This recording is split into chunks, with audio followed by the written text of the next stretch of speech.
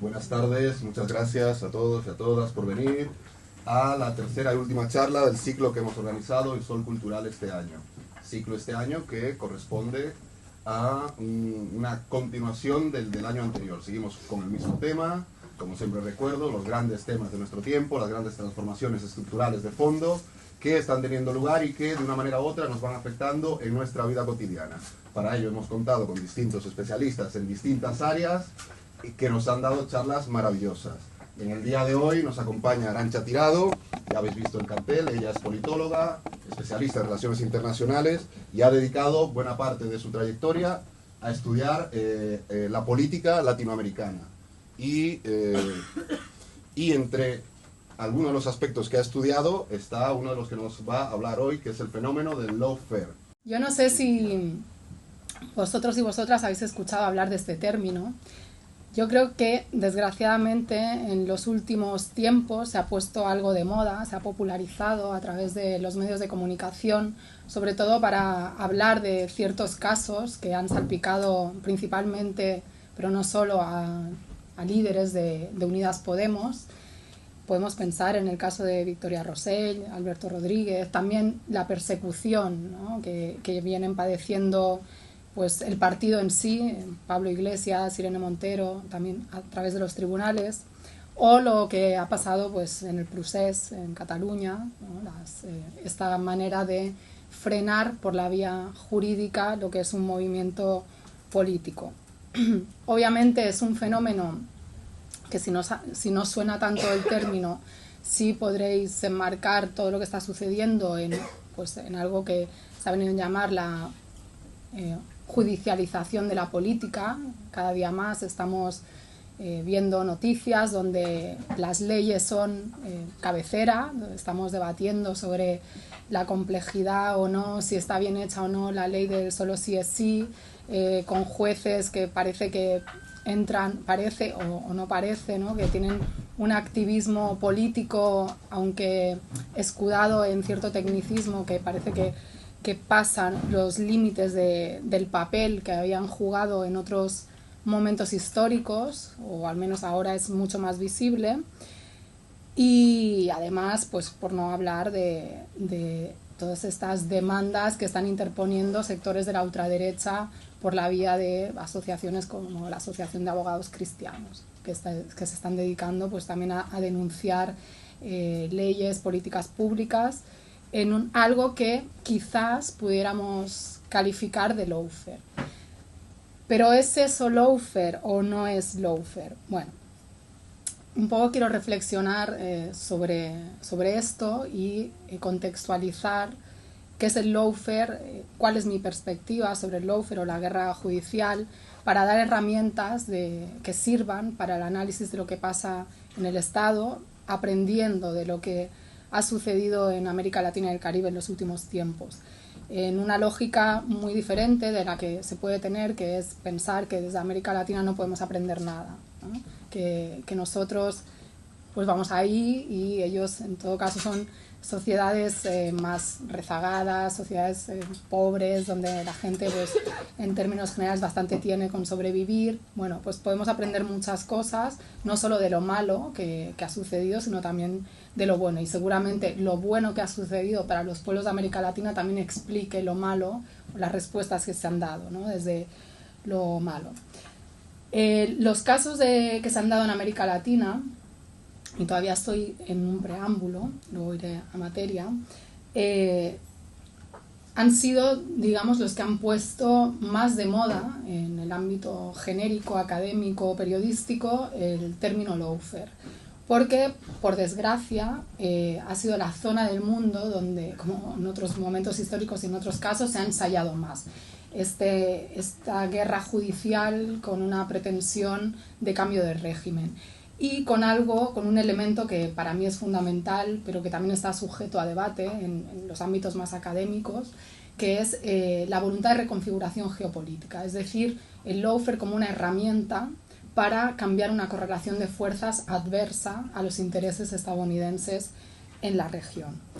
Esto ha provocado un debate que es que al trasladar esas experiencias al caso español, no siempre se ha considerado pues, lo que algunos analistas académicos han venido trabajando sobre qué es el lawfare, cómo se caracteriza. Bueno, son debates que a lo mejor uno puede decir, bueno, esto interesa a la gente que está en la universidad, en la academia, pero también es importante la precisión en los términos y no usarlo todo de manera laxa, porque si no se vuelve como un chicle que, bueno, pues ya todo es lawfare, ¿no? Cualquier persona que es perseguida judicialmente, pues dice que está padeciendo lawfare. Tenemos a Janine Áñez diciendo que es víctima de la persecución judicial, tenemos a Laura Borràs en Cataluña diciendo que es víctima del lawfare, y así, pues, quién sabe si pasado mañana la alcaldesa de Marbella también dirá que es víctima del lawfare porque la están investigando. Entonces, esto es importante, situar el debate para, primero, no justificar ningún acto delictivo o acto de corrupción, y luego iré, porque la corrupción es un elemento fundamental en el lawfare, desde el ámbito de la izquierda, ¿no? Para también defender las trincheras de la izquierda y exigir a las personas que se presentan con esas banderas pues, la máxima probidad, y por otro lado para evitar que la derecha pueda también escudarse en eso y darle la vuelta a un concepto que eminentemente se trata de una guerra judicial contra la izquierda. Porque ¿a quién le molesta? O sea, ¿quién molesta? ¿Quién molesta? No molestan los gobiernos de derecha, y eso se ve claramente en un elemento característico del lawfare, que es el doble rasero en la persecución que se hace ante casos o supuestos casos de corrupción. Pero bueno, me estoy adelantando un poco a entrar en materia después. En todo caso, en el Estado español es un fenómeno que empieza o lleva ya un tiempo popularizándose, leyéndose en los medios, y que por una parte es una buena noticia porque nos sirve para plantear un debate necesario, pero por otro también está el riesgo ese que os comento de que se pueda pues, utilizar de manera demasiado generosa.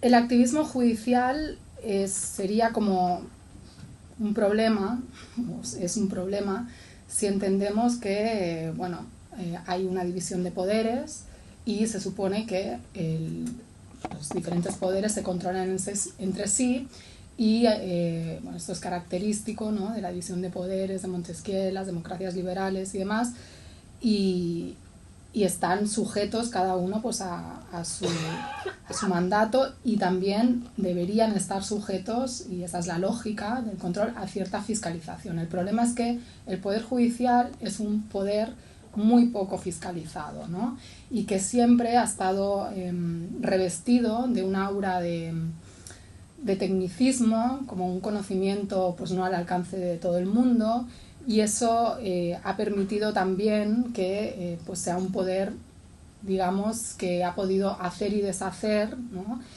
y que cuando adopta una función o más bien se politiza, y sería un largo debate en el que no voy a entrar, o si queréis luego podemos entrar en un turno de preguntas, intervenciones y demás. Se dan situaciones que juristas, magistrados, en el caso del Estado español, ya están escribiendo libros al respecto, ¿no?, sobre la guerra de los jueces, pienso en Martín Fallín, entre otros, donde se da el riesgo, el peligro de que decisiones judiciales acaben revirtiendo decisiones del poder legislativo o del poder ejecutivo, que son poderes que al fin y al cabo tienen el mandato soberano.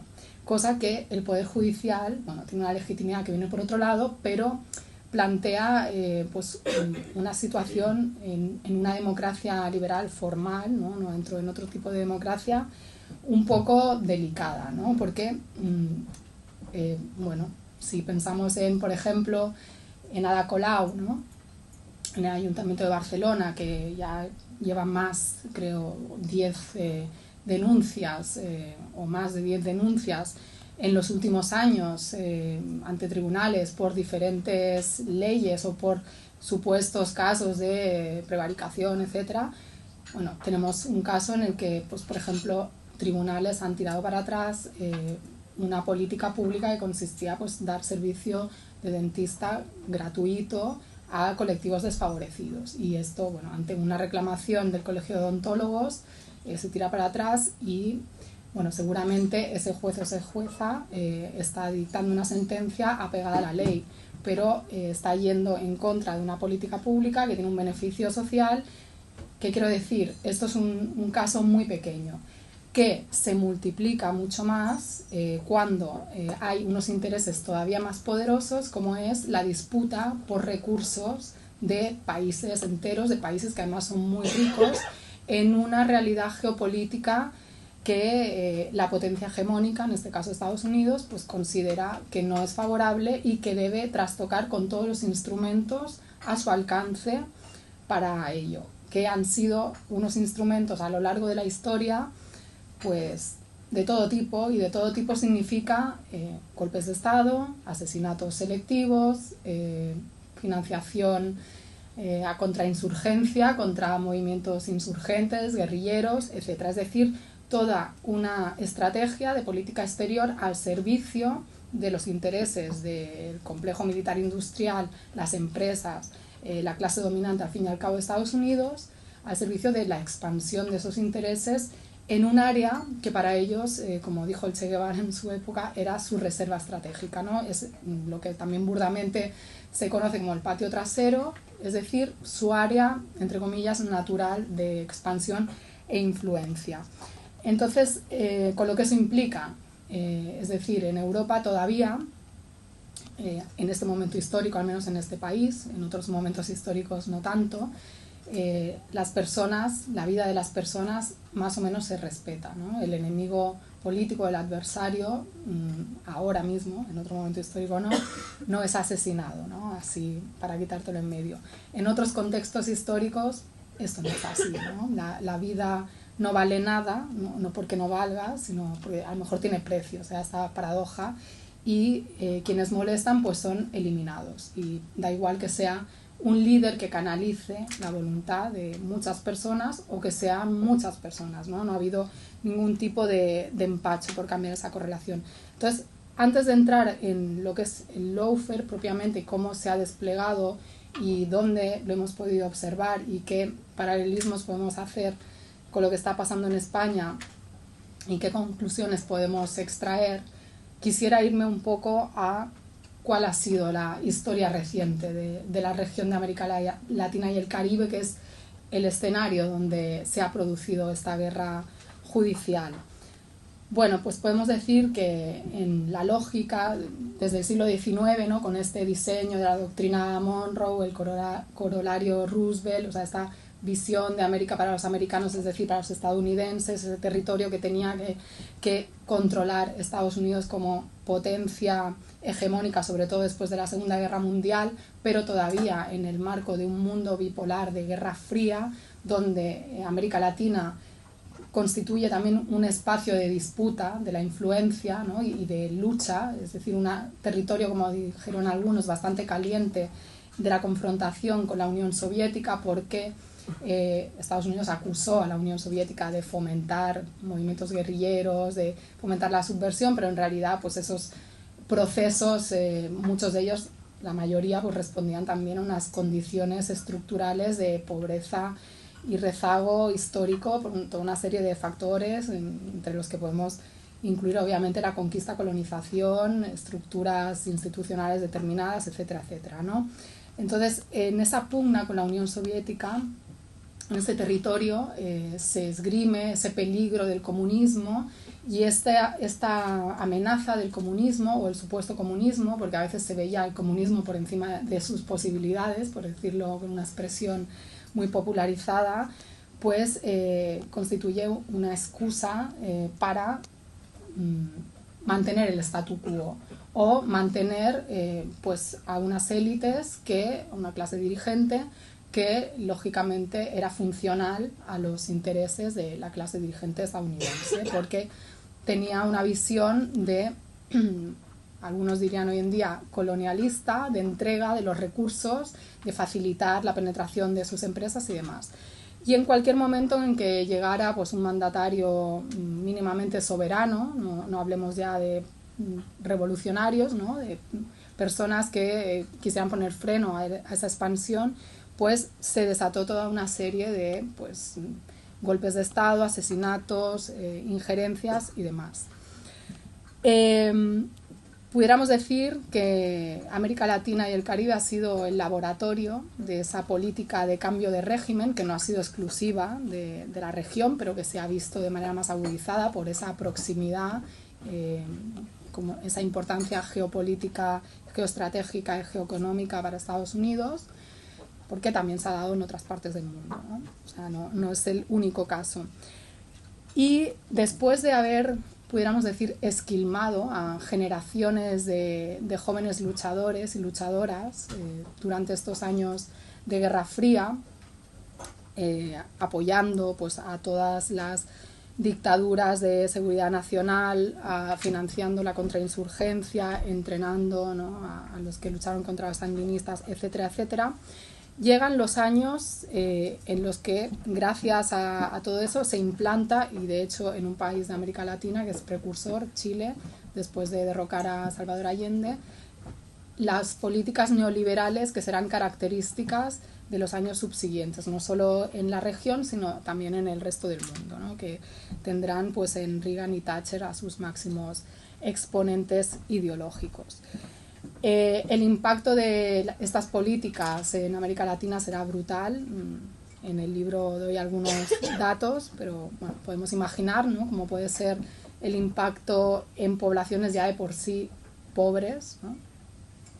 Y esto va a generar, bueno, aparte de endeudamientos impagables, esa deuda eterna que los estados pues suscriben con organismos internacionales, una especie de chantaje que ya denunció en su momento Fidel Castro, y además toda una serie de condicionalidades impuestas por estos organismos en cuanto a algo un elemento importante que veremos también en el lawfare, que son reformas en sistemas de justicia, reformas en economía, reformas en sistemas de seguridad social, etcétera. O sea, unas condicionalidades, un intento de moldear la realidad, la política doméstica de esos países, no solo hacerse con sus recursos, no solo aprovecharse de su mano de obra, sino también ese tener países como bajo un diseño favorable. Esto, apretar las tuercas a las poblaciones cada vez más, va a provocar una reacción, a pesar de los años de plomo, ¿no?, a pesar de haberse cargado a un montón de luchadores y de luchadoras, que sin duda pues eso tuvo un impacto, pero la memoria siguió ahí, y ese hilo rojo de la historia resurge quizás de manera más espontánea en un momento que es el Caracazo en Caracas en 1989, cuando pues el pueblo de Venezuela, sobre todo de Caracas, pero no solo, porque también sucede en otras ciudades, se levanta contra la subida, el aumento del precio del transporte que hace Carlos Andrés Pérez, político de la Internacional Socialista, por cierto, que es algo que veremos, ¿no? Muchos políticos socialistas o supuestamente socialdemócratas aplicando estas políticas de ajuste. Este Caracazo algunos consideran que es como el antecedente o la primera lucha contra el neoliberalismo en América Latina, otros dirán que es el alzamiento zapatista del 94, luego vendrán las guerras del agua en Bolivia, etcétera, etcétera, es decir, toda una serie de pueblos que luchan, a veces de manera espontánea, como decía, porque una característica del Caracazo será que no va a haber ningún partido político detrás que esté como apoyando a esas masas. Es una desesperación de gente que va a salir a arrasar con todo, como lo que veíamos en Argentina, ¿no?, en determinados momentos históricos, los años 80, 90, de la gente de entrar a los supers, coger lo que podían y demás. Pero ese Caracazo va a ser la semilla de algo que sucederá después y que va a convertirse en un punto de quiebre geopolítico también en el continente, que será la victoria electoral de Hugo Chávez. Primero, tras un levantamiento, un alzamiento militar, cívico-militar, que la parte cívica pues, quedó bastante en segundo plano, de hecho, no, digamos, su falta de participación provocó la derrota de ese golpe de Estado, ¿no? Que dirían la derecha, ese alzamiento militar contra las políticas neoliberales del año 92, por el cual Hugo Chávez fue a prisión, pero, esto no nos lo han contado, concitó el apoyo de muchos sectores de la sociedad venezolana, incluso de lo que mal se llama la clase política, es un término que me parece incorrecto, bueno, del establishment político, que vieron que efectivamente pues había motivos para protestar, o sea, percibieron ese malestar. Cuando Chávez sale de la cárcel, se plantea junto con otra gente que venía de las militancias de la izquierda de siempre, si se presentan elecciones, si no, finalmente conforman pues una fuerza política, se presentan elecciones, ganan y Hugo Chávez llega a la presidencia de Venezuela en el año 99. Llegar a la presidencia de Venezuela significa llegar a la presidencia de un Estado que hoy en día ostenta las principales reservas probadas de petróleo del mundo, en un capitalismo fósil, ¿no? Que todavía, a pesar de todos estos discursos que hacemos de la transición energética a la que queremos sumarnos y a la que se supone que tenemos que ir, sí, pero que todavía tiene en el petróleo y sus derivados la fuente de energía principal que mueve la maquinaria capitalista. Y además un Estado que obviamente había sido mangoneado, por decirlo vulgarmente, por Estados Unidos, ¿no? Con mandatarios que antes de nada iban a Washington a decir mande usted, y claro, con Chávez esto no triunfó. Y en cambio lo que se encontraron fue un mandatario que puso el petróleo al servicio de políticas soberanas desde América Latina, y no solo eso, no solo en su país, para financiar políticas sociales, una característica, debo decir, que estaba presente en la política exterior venezolana, ¿no? Cuando se ha acusado, ¿no?, porque Chávez utilizó el petróleo para comprar a otros pueblos y tal, bueno, también otros mandatarios de la Cuarta República, o sea, del régimen precedente, hicieron lo mismo, solo que no con una visión, ¿no?, de ponerlo en una lógica de emancipación, en una lógica de construcción de un bloque de poder contrahegemónico, un bloque de poder geopolítico contrahegemónico. ¿Qué significa eso? Significa ir en contra de lo que Estados Unidos quería que América Latina fuera, que América Latina, en lugar de eso, retomara ese legado de los que ellos decían los grandes próceres de la independencia, ¿no?, Bolívar, venezolano, y también Martí, y retomar esa idea de nuestra América, Madre América, de la patria grande. O sea, apostar por una integración que en la práctica, más que integración, acabó siendo una concertación, es decir, poner de acuerdo a todos los estados creando mecanismos multilaterales del ámbito internacional que sirvieran para que los países se pusieran de acuerdo y tuvieran una postura única respecto a Estados Unidos o respecto a otras potencias internacionales, en un contexto en el que,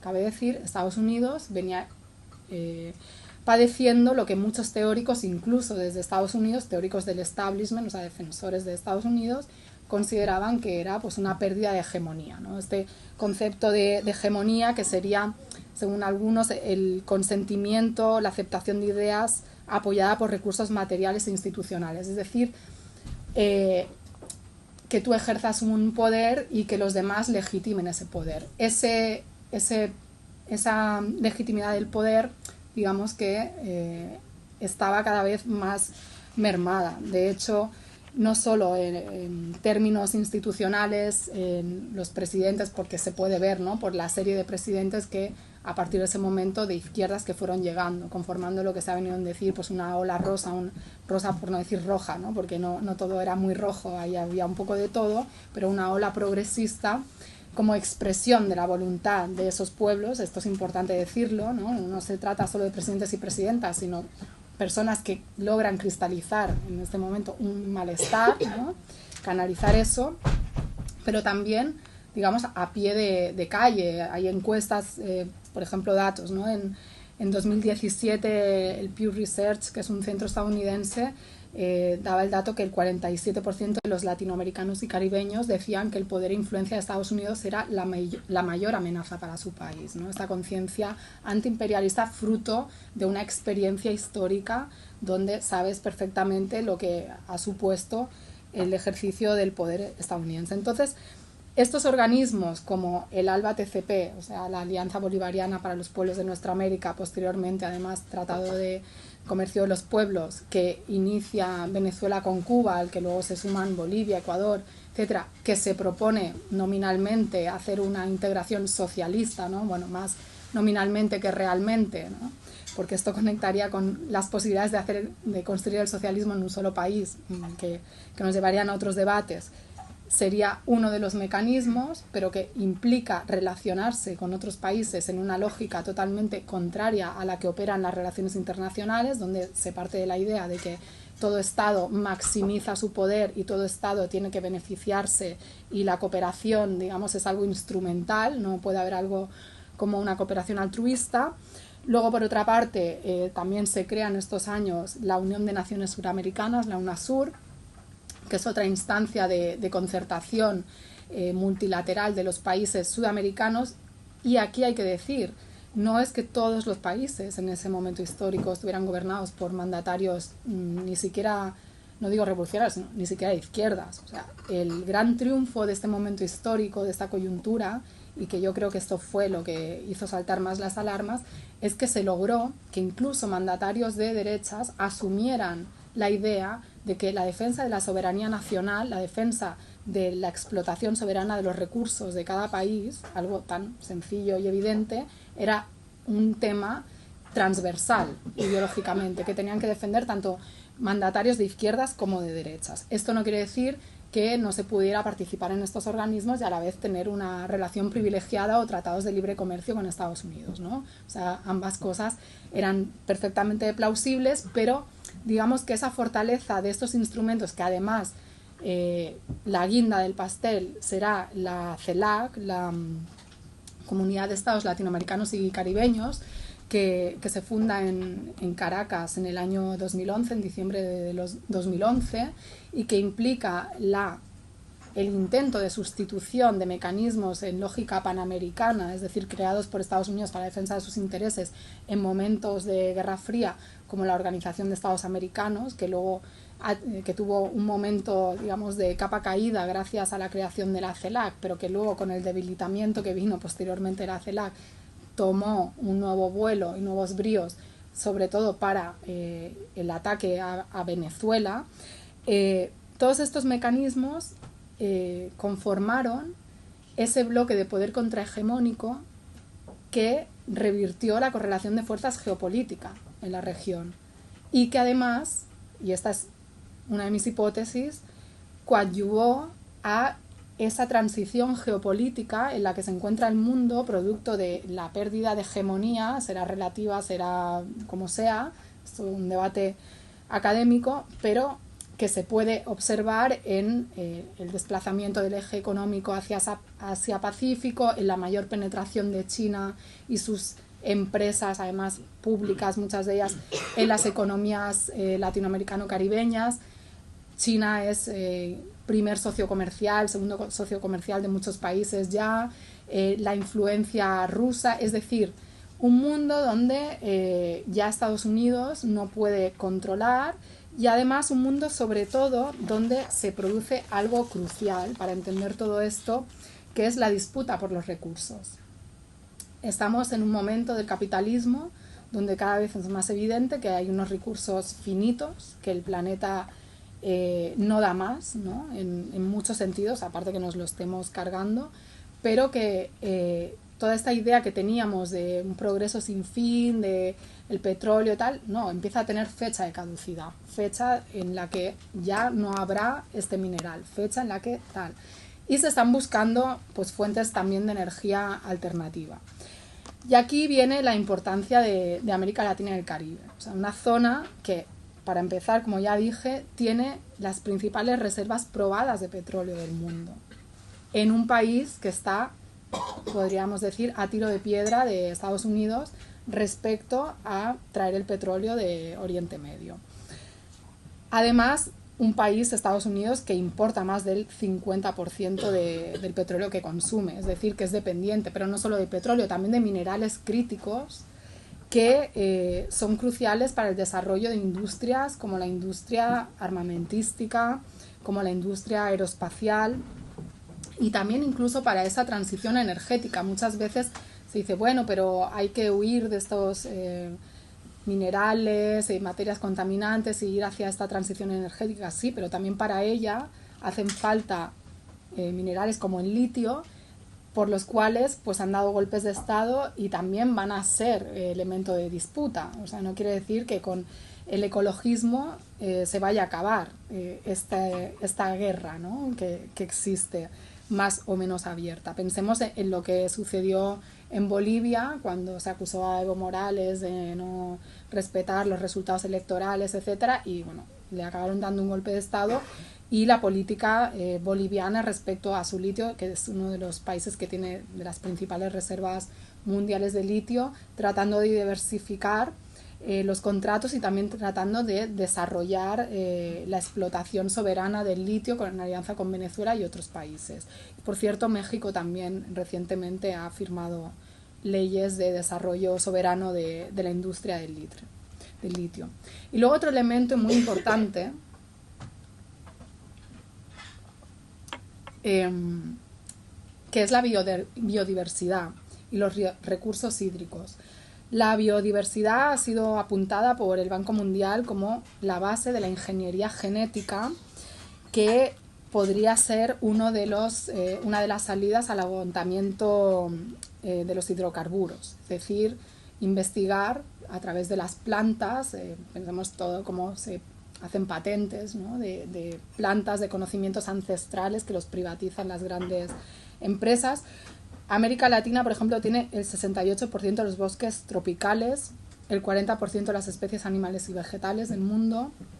Solo Brasil tiene una quinta parte de la biodiversidad del planeta, gracias al Amazonas, por eso es tan importante, ¿no? Quién gobierne Brasil, por eso hay que estar muy atentos a todas las declaraciones cuando se plantean esta pugna de quién tiene que explotar, entre comillas y sin comillas, el Amazonas, si tiene que ser Brasil o tiene que ser la humanidad, bueno, la humanidad, pero ¿quién?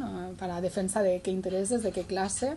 Y además también hay diferentes cuencas en América Latina que constituyen la mayor reserva de agua dulce del planeta. Mad Max, nos suena, ¿no? La guerra por el agua. Bueno, esto suena a futurista, distopía, pero quizás no estamos tan lejanos. Creo que los latinoamericanos y caribeños decían que el poder e influencia de Estados Unidos era la mayor amenaza para su país, ¿no? Esta conciencia antiimperialista fruto de una experiencia histórica donde sabes perfectamente lo que ha supuesto el ejercicio del poder estadounidense. Entonces, estos organismos como el ALBA-TCP, o sea, la Alianza Bolivariana para los Pueblos de Nuestra América, posteriormente además Tratado de Comercio de los Pueblos, que inicia Venezuela con Cuba, al que luego se suman Bolivia, Ecuador, etcétera, que se propone nominalmente hacer una integración socialista, ¿no? Bueno, más nominalmente que realmente, ¿no? Porque esto conectaría con las posibilidades de construir el socialismo en un solo país, que nos llevarían a otros debates. Sería uno de los mecanismos, pero que implica relacionarse con otros países en una lógica totalmente contraria a la que operan las relaciones internacionales, donde se parte de la idea de que todo Estado maximiza su poder y todo Estado tiene que beneficiarse y la cooperación, digamos, es algo instrumental, no puede haber algo como una cooperación altruista. Luego, por otra parte, también se crea en estos años la Unión de Naciones Suramericanas, la UNASUR, que es otra instancia de concertación multilateral de los países sudamericanos. Y aquí hay que decir, no es que todos los países en ese momento histórico estuvieran gobernados por mandatarios ni siquiera, no digo revolucionarios, ni siquiera de izquierdas. O sea, el gran triunfo de este momento histórico, de esta coyuntura, y que yo creo que esto fue lo que hizo saltar más las alarmas, es que se logró que incluso mandatarios de derechas asumieran la idea de que la defensa de la soberanía nacional, la defensa de la explotación soberana de los recursos de cada país, algo tan sencillo y evidente, era un tema transversal ideológicamente, que tenían que defender tanto mandatarios de izquierdas como de derechas. Esto no quiere decir que no se pudiera participar en estos organismos y a la vez tener una relación privilegiada o tratados de libre comercio con Estados Unidos, ¿no? O sea, ambas cosas eran perfectamente plausibles, pero digamos que esa fortaleza de estos instrumentos, que además la guinda del pastel será la CELAC, la Comunidad de Estados Latinoamericanos y Caribeños, que se funda en Caracas en el año 2011, en diciembre de 2011, y que implica el intento de sustitución de mecanismos en lógica panamericana, es decir, creados por Estados Unidos para la defensa de sus intereses en momentos de Guerra Fría, como la Organización de Estados Americanos, que luego que tuvo un momento, digamos, de capa caída gracias a la creación de la CELAC, pero que luego, con el debilitamiento que vino posteriormente de la CELAC, tomó un nuevo vuelo y nuevos bríos, sobre todo para el ataque a Venezuela. Todos estos mecanismos conformaron ese bloque de poder contrahegemónico que revirtió la correlación de fuerzas geopolítica en la región y que además, y esta es una de mis hipótesis, coadyuvó a esa transición geopolítica en la que se encuentra el mundo producto de la pérdida de hegemonía, será relativa, será como sea, esto es un debate académico, pero que se puede observar en el desplazamiento del eje económico hacia Asia-Pacífico, en la mayor penetración de China y sus empresas, además públicas, muchas de ellas en las economías latinoamericano-caribeñas. China es primer socio comercial, segundo socio comercial de muchos países ya, la influencia rusa, es decir, un mundo donde ya Estados Unidos no puede controlar, y además un mundo sobre todo donde se produce algo crucial para entender todo esto, que es la disputa por los recursos. Estamos en un momento del capitalismo donde cada vez es más evidente que hay unos recursos finitos, que el planeta no da más, ¿no? En muchos sentidos, aparte que nos lo estemos cargando, pero que toda esta idea que teníamos de un progreso sin fin, de el petróleo y tal, no, empieza a tener fecha de caducidad, fecha en la que ya no habrá este mineral, fecha en la que tal. Y se están buscando pues fuentes también de energía alternativa. Y aquí viene la importancia de América Latina y el Caribe, o sea, una zona que, para empezar, como ya dije, tiene las principales reservas probadas de petróleo del mundo, en un país que está, podríamos decir, a tiro de piedra de Estados Unidos respecto a traer el petróleo de Oriente Medio. Además, un país, Estados Unidos, que importa más del 50% del petróleo que consume, es decir, que es dependiente, pero no solo de petróleo, también de minerales críticos que son cruciales para el desarrollo de industrias como la industria armamentística, como la industria aeroespacial, y también incluso para esa transición energética. Muchas veces se dice, bueno, pero hay que huir de estos minerales y materias contaminantes y ir hacia esta transición energética. Sí, pero también para ella hacen falta minerales como el litio, por los cuales pues han dado golpes de estado y también van a ser elemento de disputa. O sea, no quiere decir que con el ecologismo se vaya a acabar esta guerra, ¿no? que existe, más o menos abierta. Pensemos en lo que sucedió en Bolivia cuando se acusó a Evo Morales de no respetar los resultados electorales, etcétera, y bueno, le acabaron dando un golpe de estado, y la política boliviana respecto a su litio, que es uno de los países que tiene de las principales reservas mundiales de litio, tratando de diversificar los contratos y también tratando de desarrollar la explotación soberana del litio en alianza con Venezuela y otros países. Por cierto, México también recientemente ha firmado leyes de desarrollo soberano de la industria del litio. Y luego otro elemento muy importante que es la biodiversidad y los recursos hídricos. La biodiversidad ha sido apuntada por el Banco Mundial como la base de la ingeniería genética, que podría ser una de las salidas al agotamiento de los hidrocarburos, es decir, investigar a través de las plantas, pensemos todo cómo se hacen patentes, ¿no? de plantas, de conocimientos ancestrales que los privatizan las grandes empresas. América Latina, por ejemplo, tiene el 68% de los bosques tropicales, el 40% de las especies animales y vegetales del mundo. Solo Brasil tiene una quinta parte de la biodiversidad del planeta gracias al Amazonas, por eso es tan importante, ¿no? Quién gobierne Brasil, por eso hay que estar muy atentos a todas las declaraciones cuando se plantean esta pugna de quién tiene que explotar, entre comillas y sin comillas, el Amazonas, si tiene que ser Brasil o tiene que ser la humanidad, bueno, la humanidad, pero ¿quién? Para defensa de qué intereses, de qué clase. Y además también hay diferentes cuencas en América Latina que constituyen la mayor reserva de agua dulce del planeta. Mad Max nos suena, ¿no? La guerra por el agua. Bueno, esto suena a futurista, distopía, pero quizás no estamos tan lejanos. Lo que pasa es que no lo queremos ver, y aunque no lo queramos ver, la realidad nos está explotando en la cara, nunca mejor dicho, aunque no nos explote como a otras personas en otros países, pero la guerra en Ucrania yo creo que ha puesto bastante en evidencia la importancia de la energía, cómo es clave para el desarrollo y cómo la disputa energética está detrás, ¿no? de todo lo que está sucediendo. Tampoco entraremos. No solo para el desarrollo del capitalismo, para la transición hegemónica, para dirimir qué potencia va a ser la que represente ese papel de hegemón que hasta el momento tiene Estados Unidos, si China se va a consolidar, como parece que todo apunta, si Rusia se conforma o no se conforma a jugar un papel secundario, parece que no, en el sistema internacional, si se va hacia un reparto de poder más multipolar o multilateral, porque no hay diferentes polos ideológicos en pugna, por mucho que China se autodenomine comunista, a diferencia de tiempos de la Guerra Fría, y al fin y al cabo también lo que está de fondo es la subsistencia de la especie, ¿no? O sea, estamos hablando de temas que suenan muy elevados, pero que en realidad están conectados con cosas muy concretas.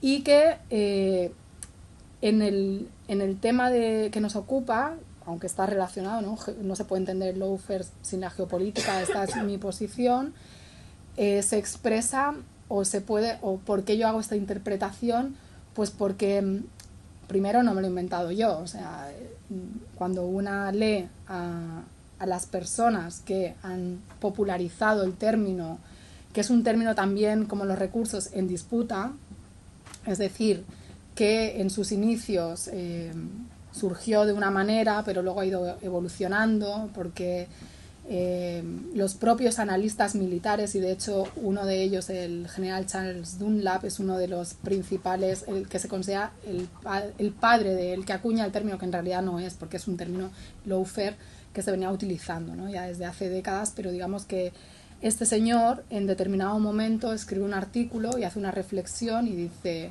bueno, pero esto que nosotros, Estados Unidos e Israel, estamos denunciando que nos hacen los actores internacionales más débiles, los terroristas, es decir, llevarnos a los tribunales para ganar en los tribunales lo que no pueden ganar en el campo de batalla, es algo que nosotros quizás podemos utilizar en nuestro beneficio. Es decir, podemos utilizar la ley para neutralizar o aniquilar a un enemigo político. Y esto tiene que ver con la evolución de la guerra y con cómo la guerra no es solamente invadir un país y tirarle bombas. Esto es como la última expresión, pero hay muchas maneras de hacer la guerra, ¿no? Y esto los cubanos lo saben bien, que llevan padeciendo un bloqueo desde hace muchas décadas, pero no solo, ¿no? La economía también se puede utilizar en forma bélica, y luego ni hablar de todo lo que es la guerra psicológica, ahora la guerra a través de las redes sociales, ¿no? La manipulación a gran escala, y lo que se ha venido a llamar la guerra híbrida, que ya sería como una combinación de diferentes tácticas con diferentes actores, porque la guerra no es solo ya que vayan dos estados y se peleen entre sí, hay actores interpuestos, lo que se conoce como proxy war, o sea, los actores del proxy war, hay grupos terroristas, grupos insurgentes, es decir, y además utilizando diferentes tipos de artillería. Y en ese sentido, la ley en el lawfare sería una artillería para un objetivo que no deja de ser un objetivo militar. Esto, bueno, hay varios autores que lo defienden y es muy interesante siempre leer a los militares porque, a diferencia de los politólogos o de los sociólogos o los periodistas, pues hablan de manera mucho más clara, ¿no? Sin tantos remilgos. Y de hecho, al principio de la guerra en Ucrania, no sé si os tocó ver, invitaron a varios militares en televisión española y pues era cristalino, o sea, era esto es tal, tal, tal. Uno podrá estar de acuerdo o no, luego meter su valoración ética, etcétera, pero lo que está claro es que la guerra tiene sus reglas o no reglas, porque también se han roto reglas y la guerra ha cambiado, y en ese cambio de la guerra también hay un cambio en la manera de hacer golpes de Estado, la manera de intervenir en los países y desde Estados Unidos en propiciar cambios de régimen, que pasa a ser algo mucho más sutil, porque hoy en día hay algo que hace años no se consideraba o se creía que se podía controlar mejor a través de esa parte, de esa pata de la guerra que es la guerra psicológica, las operaciones de manipulación y demás, que esto no es conspiranoia, esto hay manuales y es cualquiera que un poco se aproxime sabe que existe, que es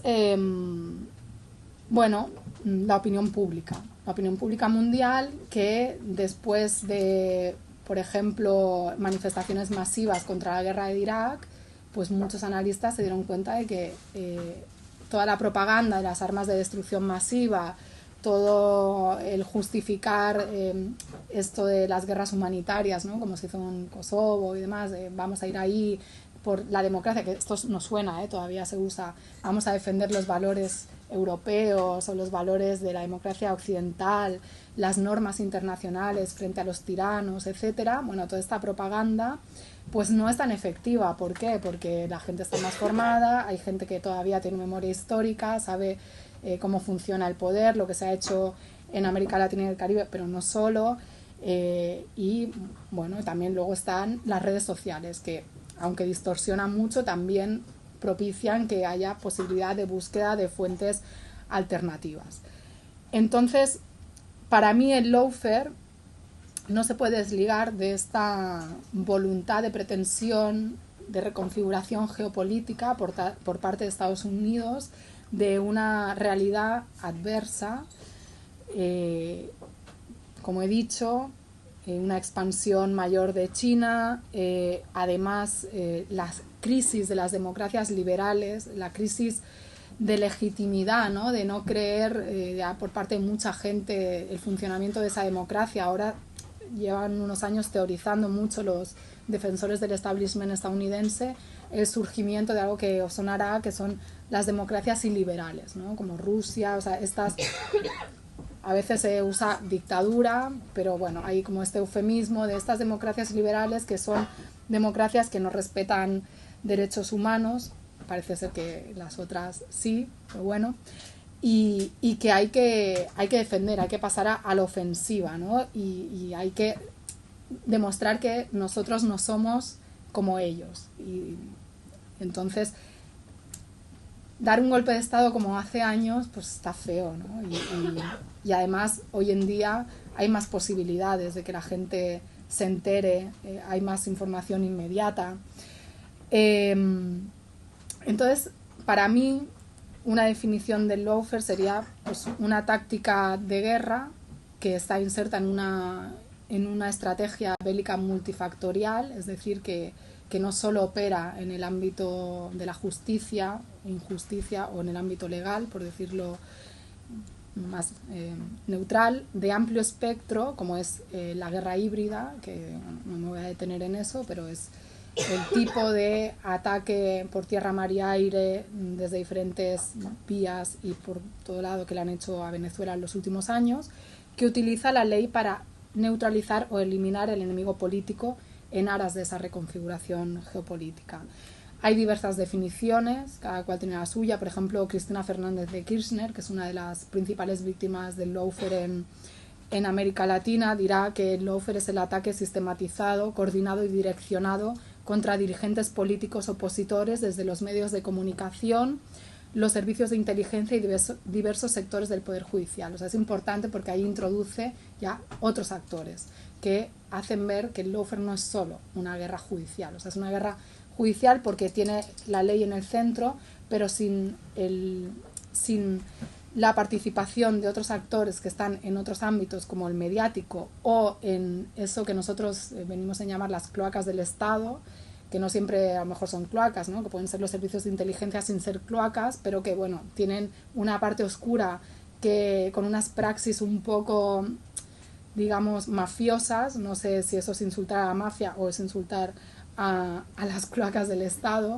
Como el otro día salía la noticia de que Corina Larsen, la amante del emérito, había denunciado que bueno, el jefe de la inteligencia española prácticamente la había amenazado de muerte, ¿no? si filtraba información. Podemos pensar que es verdad, se lo está inventando o no, pero solo el hecho de pensar que un jefe de inteligencia, un Estado supuestamente democrático, una democracia consolidada como la española, pueda actuar como un mafioso contra una señora que, bueno, no sé qué tipo de información tendrá, ¿no? Pero que no deja de ser la amante del jefe del Estado, sí, pero bueno, esto, la información que ella pueda tener puede hacer caer todo un régimen, puede hacer, pues, de qué estamos hablando, ¿no? Entonces, los servicios de inteligencia tienen un papel importante, solo que, como todo en esta vida, no siempre se puede demostrar, ¿no? Es información muchas veces que saldrá quizás dentro de décadas. Hay un organismo en Estados Unidos, en Washington, que es el National Security Archive, que van filtrando documentación de la participación de Estados Unidos pues, en el golpe de Estado contra Salvador Allende, o por ejemplo quiénes eran sus contactos durante la matanza de Tlatelolco en México en el 68, ¿no? con agentes de la CIA que eran presidentes de México. O sea, claro, esto cuando lo dices en este momento histórico pues te tildan de conspiranoide y tal. Luego la historia pues pone a cada cual en su sitio y salen los documentos. En todo caso, digo esto porque hay cosas del lawfare, y aquí radica parte de la complejidad al hablar de este tema, o de que te digan, bueno, puntos ciegos, por decirlo así, que es que tú no puedes demostrar dónde está, o sea, ¿ha habido realmente una orden desde Estados Unidos para desatar esa guerra judicial contra determinado mandatario, o ha sido una confluencia de factores que casualmente han propiciado que esto sucediera contra Lula da Silva, contra Cristina Fernández, contra Rafael Correa?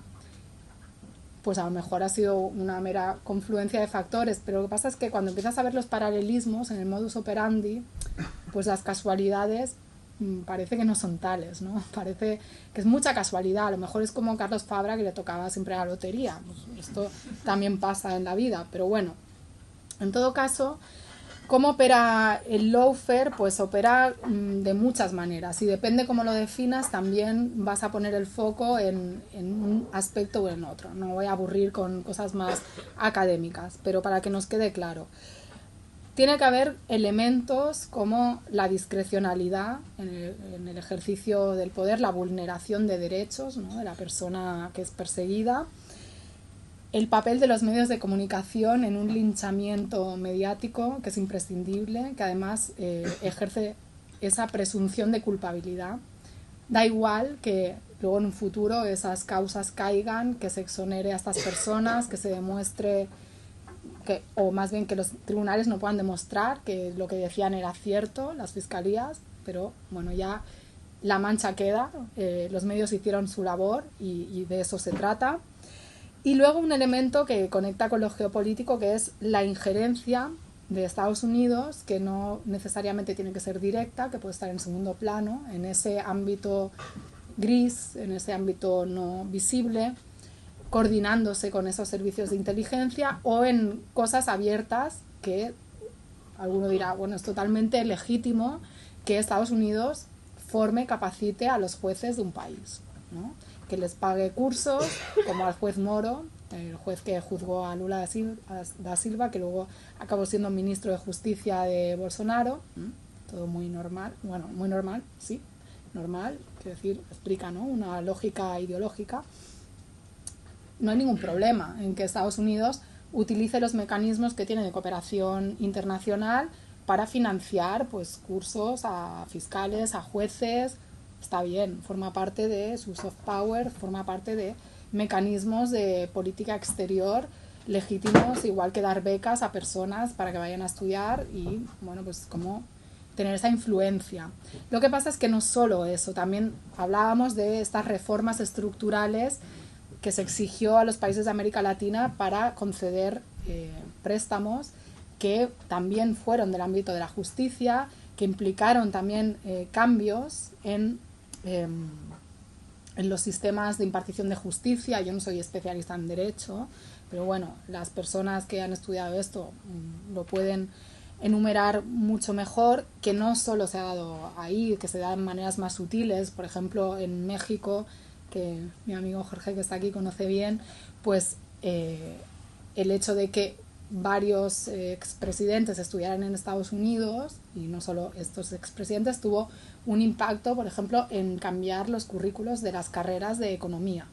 México era un país donde todavía se podía estudiar economía política, marxista, con una gran influencia, y todavía, ¿no? Hay sectores en la UNAM donde esto es posible, pero hubo un cambio, ¿no?, en el pensum de los estudios. Y bueno, quiero decir, esto son maneras de operar donde tú vas ejerciendo tu influencia. Y luego un elemento que nos puede hacer saltar las alarmas para decir, bueno, esto no es una mera persecución judicial de una persona, un señor o una señora que está incurso en sospechas de corrupción, sino parece que hay algo más. Es eso que algunos autores llaman el timing político, o sea, qué sucede o por qué sucede justo en este momento, justo en un momento donde se plantea que esta persona pueda ser candidata a la reelección, justo en un momento donde se busca candidato para volver a presentarse, en esa oportunidad, ¿no?, en esa oportunidad de enjuiciar a determinado líder político. En el caso de Lula da Silva fue muy evidente. El estar siendo investigado pues lo apartó de la posibilidad de presentarse a las elecciones, lo llevó a la cárcel. Esto no por suerte, no ha significado que no pueda volver a la presidencia, pero luego en las conclusiones podemos ir, ¿no?, a qué queda del lawfare o para qué sirve el lawfare. Y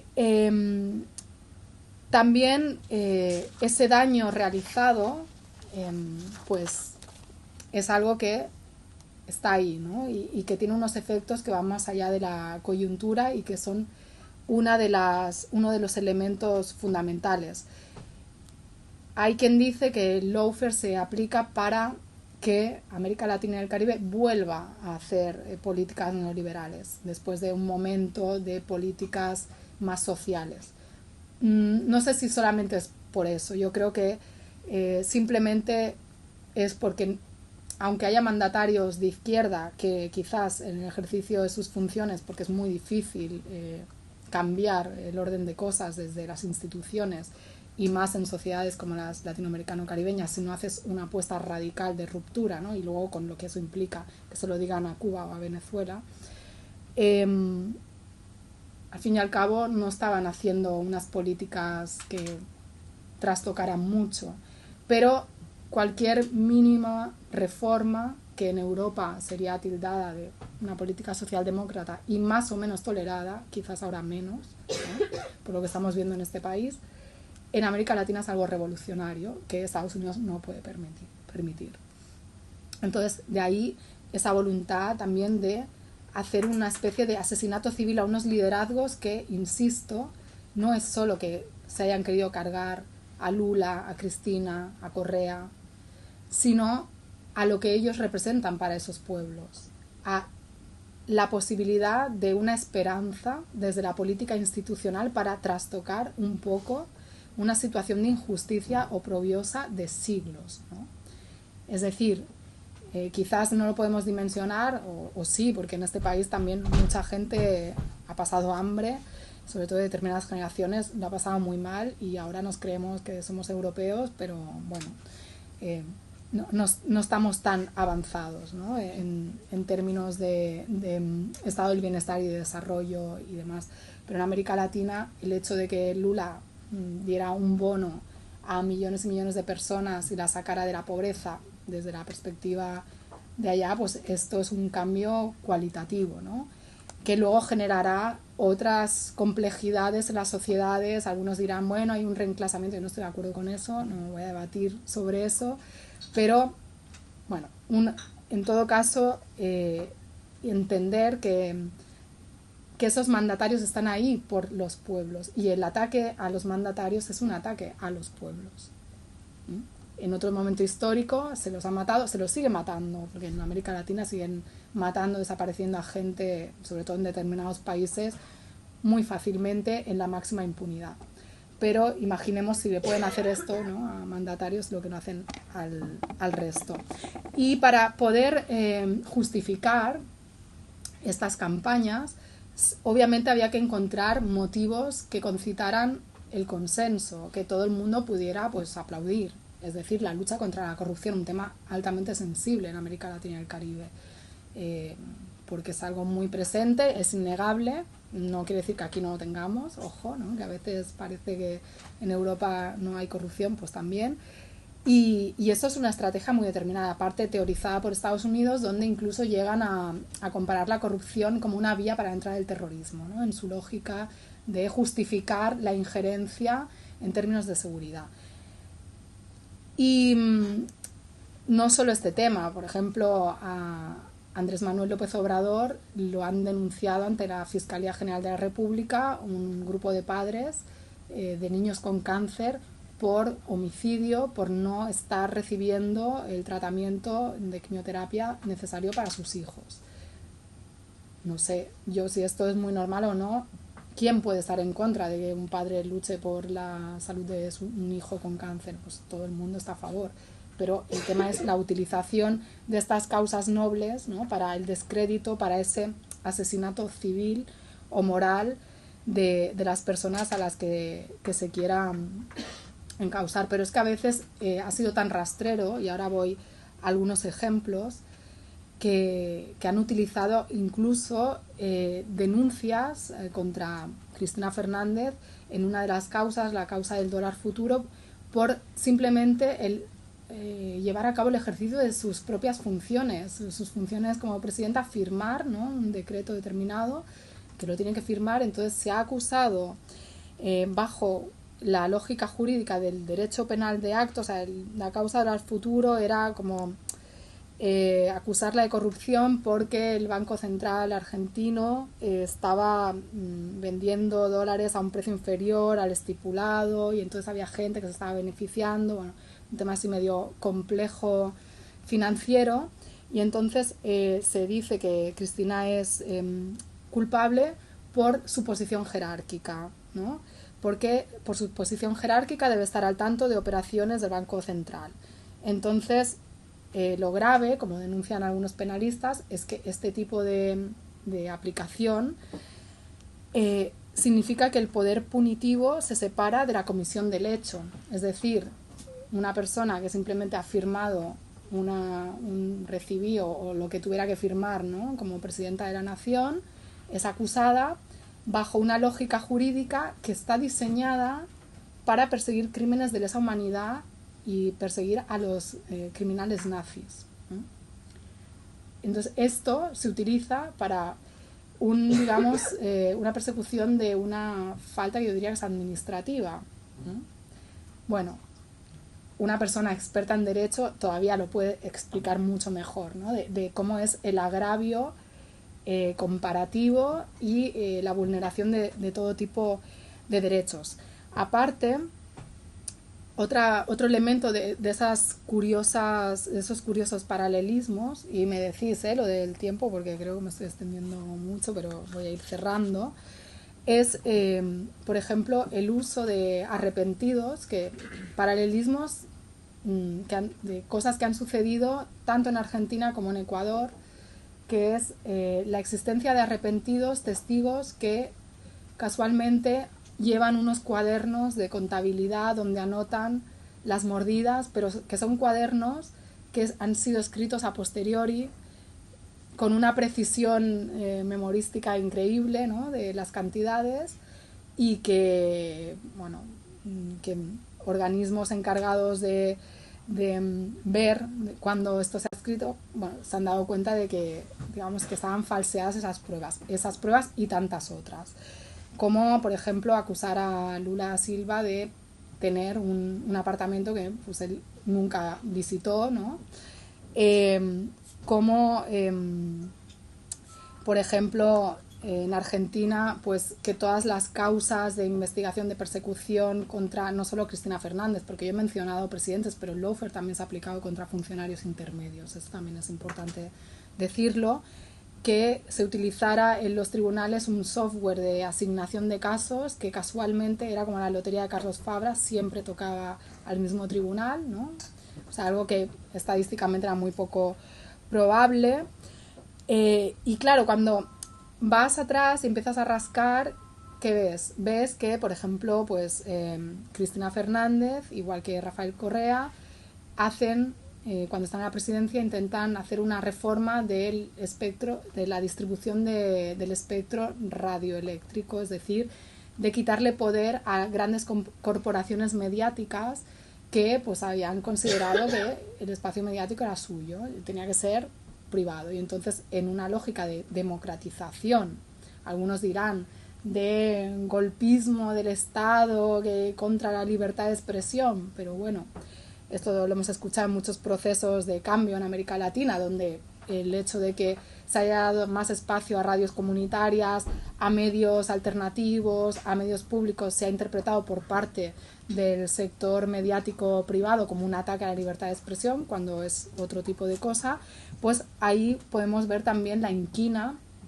de unos medios que fueron fundamentales para generar toda esta imagen, ¿no?, de Cristina corrupta, de Lula corrupto, de Correa corrupto, o sea, Correa que no puede regresar a Ecuador porque tiene no sé cuántas órdenes rojas de estas de Interpol de persecución, de lo que incluso han reconocido estos medios, el grupo Clarín en Argentina, uno de los afectados por esta reforma, que ha reconocido que ellos hicieron periodismo de guerra contra la presidenta, así, tal cual, o sea, sin ningún tipo de ambaje, ¿no?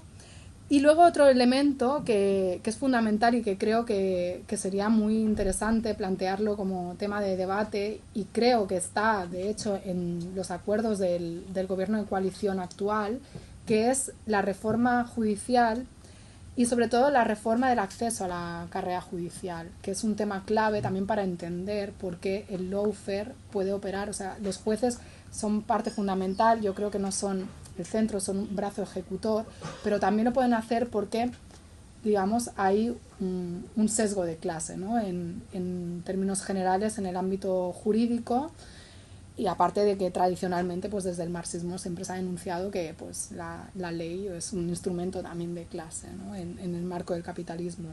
Entonces, Cristina Fernández planteó una reforma judicial que por una parte quería que hubiera una reforma del Consejo de Magistratura que fuera elegido por voto popular, no que fueran los propios jueces los que lo eligieran, y luego también una ley de ingreso democrático al Poder Judicial, que planteaba que sectores tradicionalmente fuera de ese ámbito o que habían tenido el paso barrado, no formalmente, no oficialmente, pero sí en la práctica, todo el mundo que viene a la clase obrera sabe lo difícil que es poder llegar a la universidad, ni se diga pues meterse a hacer oposiciones a juez, fiscal, con lo que cuesta, etcétera, etcétera, en el marco de un Estado europeo como es España. Podemos pensar lo que puede ser eso en Argentina. Entonces ella hace unas reflexiones que no voy a leer para no extender ahí sobre esto, y obviamente pues también se puede ver cómo todas estas políticas de democratización, de reparto de la riqueza de manera un poco más equitativa, aún siendo en una lógica de redistribución de políticas sociales asistenciales, ¿no?, son concebidas como un elemento a parar.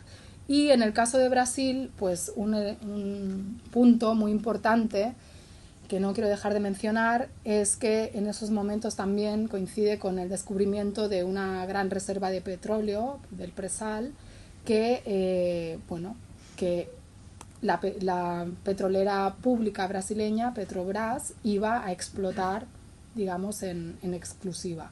Y esto es algo que a través de Wikileaks sabemos, por las filtraciones de Julian Assange, ¿no?, que todavía sigue en prisión, y podemos entender, bueno, el ejercicio, lo que es la defensa de los derechos humanos por parte de Estados Unidos, cuando alguien denuncia su vulneración a los derechos humanos, que le aplican, ¿no?, los que van dando lecciones de derechos humanos al mundo. Pues por Wikileaks sabemos que Estados Unidos estaba muy preocupado por este tema y quería participar, obviamente, en la explotación, y entendía que un mandatario que no fuera del PT pues podría favorecer más esa penetración de las empresas estadounidenses, que están tan preocupadas por los derechos humanos, por cierto, que ahora a Maduro no les importa si es dictador o si gobierna Guaidó o no, ¿no? Desde que la guerra en Ucrania ha puesto más sobre la mesa la disputa, la pugna energética y las dificultades por la posición que ha adoptado Rusia y por el corte de su gas y demás, pues ahora ya Chevron puede ir a operar a Venezuela, la misma Venezuela que hace 2 días pues había que bloquear y ahora, bueno, pues nos van a convencer de que sí, ahora Maduro se ha sentado a negociar y ha dicho que sí va a hacer elecciones válidas. Da igual que todas las que ha hecho previamente hayan sido válidas, bueno, no para Estados Unidos, pero bueno, seguramente gracias al petróleo pues las elecciones que vengan en Venezuela pues serán válidas y todos estaremos contentos. Entonces, bueno, pues eso, esa importancia del petróleo, de los recursos, del Amazonas, de no solo los recursos en sí, porque sería muy reduccionista, ¿no?, decir que solamente es una cuestión económica material. Hay algo simbólico fundamental también para un imperio en decadencia, que es esa hegemonía que se está perdiendo, ese disciplinar a los que se rebelan ante tu dominio. Estados Unidos necesita acabar con el mal ejemplo. Cuba no es ningún tipo de amenaza para Estados Unidos, tampoco Venezuela, por mucho que sacaran el decreto Obama diciendo que era una amenaza inusual para la seguridad estadounidense. Lo que supone una amenaza es la posibilidad de que haya pueblos en América Latina y el Caribe o en otras partes del mundo que vean que se puede, no ya que se debe, sino que se puede hacer políticas alternativas con todas las dificultades y con todos los límites. Entonces, ese acabar con el mal ejemplo también está detrás del lawfare. Y para ir cerrando, pues yo creo que es un tema para mí fascinante, porque nos permite ver cómo el poder, cómo se ejerce el poder también en esos ámbitos donde no siempre se pone la lupa, ¿no? A veces vemos lo superficial, pero no vemos lo que hay, nos quedamos como en la punta del iceberg, y que hay que ser suspicaces siempre con lo que nos cuentan los medios. Esto no quiere decir que tengamos que a priori defender a gente y creerla solo por el hecho de ser afines a nuestra ideología. Yo creo que también hay que exigir, sobre todo a la gente que se presenta para defender a los desfavorecidos, un nivel de ética superior, pero también hay que denunciar toda la hipocresía que se monta y la mentira, la manipulación, para acabar con esas experiencias, y no tanto porque haya una legítima lucha, defensa de la corrupción, la democracia y tal. Podríamos entrar a ver quiénes son estos organismos de transparencia internacional que se dedican a valorar, ¿no?, si hay más o menos corrupción, quién los fundaron, ¿no?, un tipo de la inteligencia estadounidense, un funcionario del Banco Mundial. Bueno, si hacemos un análisis de clase de la política, pues todo el mundo tiene unos intereses de clase, y obviamente los intereses de clase que puede tener una persona de la clase dirigente estadounidense seguramente no serán ni siquiera los de la clase trabajadora estadounidense, y ni se diga de los pueblos de América Latina. Y por último, algo que suena muy maximalista y tal, porque estamos en guerra, aunque no lo veamos, ¿no? Y no me refiero a esto que nos dicen algunos para convencernos que suben los precios porque estamos en guerra con Ucrania. No, estamos en una guerra de clases, en una guerra, además, guerra de clases que hemos estado siempre, pero hoy en día el mundo y Europa cada vez lo está viendo más, está hacia una posible conflagración abierta entre grandes potencias, que es lo que los estudiosos de relaciones internacionales han puesto siempre como elemento que acaba dirimiendo la disputa por el poder, el ejercicio de la guerra y bueno, no tenemos tan lejano, ¿no?, otras guerras mundiales. Y esa escasez de recursos va a ser un acelerador, y es bueno ser consciente, ¿no?, de dónde estamos parados, y es bueno también ser consciente de que la guerra no es solo que un país vaya a invadir a otro y a meterse en el territorio y a matar personas. Hay otras maneras de matar a personas, que son con las políticas económicas. Y esto en América Latina pues lo saben bastante bien. O sea, políticas económicas que impiden que personas tengan acceso a agua potable, a vacunas, a una... No hablo ya de la vacuna del coronavirus, sino vacunas básicas. Todavía poblaciones en América Latina donde gente, indígena sobre todo, pero no solo, ve morir a sus hijos porque no tiene una vacuna, ¿no? Que en otras partes del mundo pues es algo básico que se tiene, o porque no tiene un hospital cercano, ¿no? Y los gobiernos que llegan con la voluntad de prestar esos servicios tan esenciales que todo ser humano debería tener derecho pues a disfrutar, son tildados de comunistas, como si fuera un insulto, pero bueno, comunistas, bolivarianos, populistas, etcétera, ¿no? Toda esta reconfiguración ideológica superestructural para justificar unos intereses que pasan al fin y al cabo pues por la mera economía, por seguir haciendo negocio por parte de una clase dirigente totalmente, bajo mi punto de vista, miope, que no ve más allá, ¿no?, del beneficio a corto plazo, esa lógica capitalista que no piensa en el planeta, en lo que va a dejar a sus descendientes, no les importa, es quemar lo de ahora y ya está. Pero algo para la esperanza, y concluir: Estados Unidos no es infalible, el lawfare no es infalible, ¿no? Como otras estrategias de cambio de régimen, de injerencias y demás, pues pueden fracasar. El mayor ejército del mundo también puede ir a Vietnam y ser derrotado, ¿no? Lula está ahí, claro, está ahí, pero en una situación de una debilidad que quizás si no se hubiera aplicado el lawfare para frenar una potencialidad, una oleada de gobiernos que se pusieron de acuerdo, que construyeron esos mecanismos de integración, de concertación, que lo primero que hicieron las derechas al llegar con la alternancia política fue cargárselos, y que ahora poco a poco se están reconstruyendo con la presidencia de Andrés Manuel López Obrador, con Fernández en Argentina, con Lula seguramente en Brasil, poco a poco tratando de volver a conseguir ese consenso de defensa de la soberanía, que no será fácil porque hay que hacer concesiones también han tenido que hacer concesiones ante una derecha que ha avanzado, ¿no? Porque Bolsonaro ha perdido, pero el bolsonarismo ahí está, ¿no? Y todo este papel de la religión que se metió a través de los grupos evangélicos, que viene de la Guerra Fría, ¿no?, para combatir a la teología de la liberación, sigue ahí y está cogiendo cada vez más fuerza en la política latinoamericana. Entonces, no es infalible, queda la mácula, pero yo creo que hay que hacer ejercicios de memoria, ejercicios de explicación de estos procesos históricos que a veces cuesta entender porque son muy próximos y van cambiando, ¿no? Y esto también al analista o al estudioso pues le genera dificultades, ¿no?, para reinterpretar y demás, porque es la única manera pues de difundir lo que yo creo que es una verdad, y la historia lo pondrá en su sitio, como ha puesto en su sitio a Lula, ¿no? Y nada, y cuantos más sepamos lo que pasa, pues menos seguramente nos podrán engañar desde los poderes hegemónicos, sean políticos, sean económicos, sean mediáticos, etc. Muchas gracias.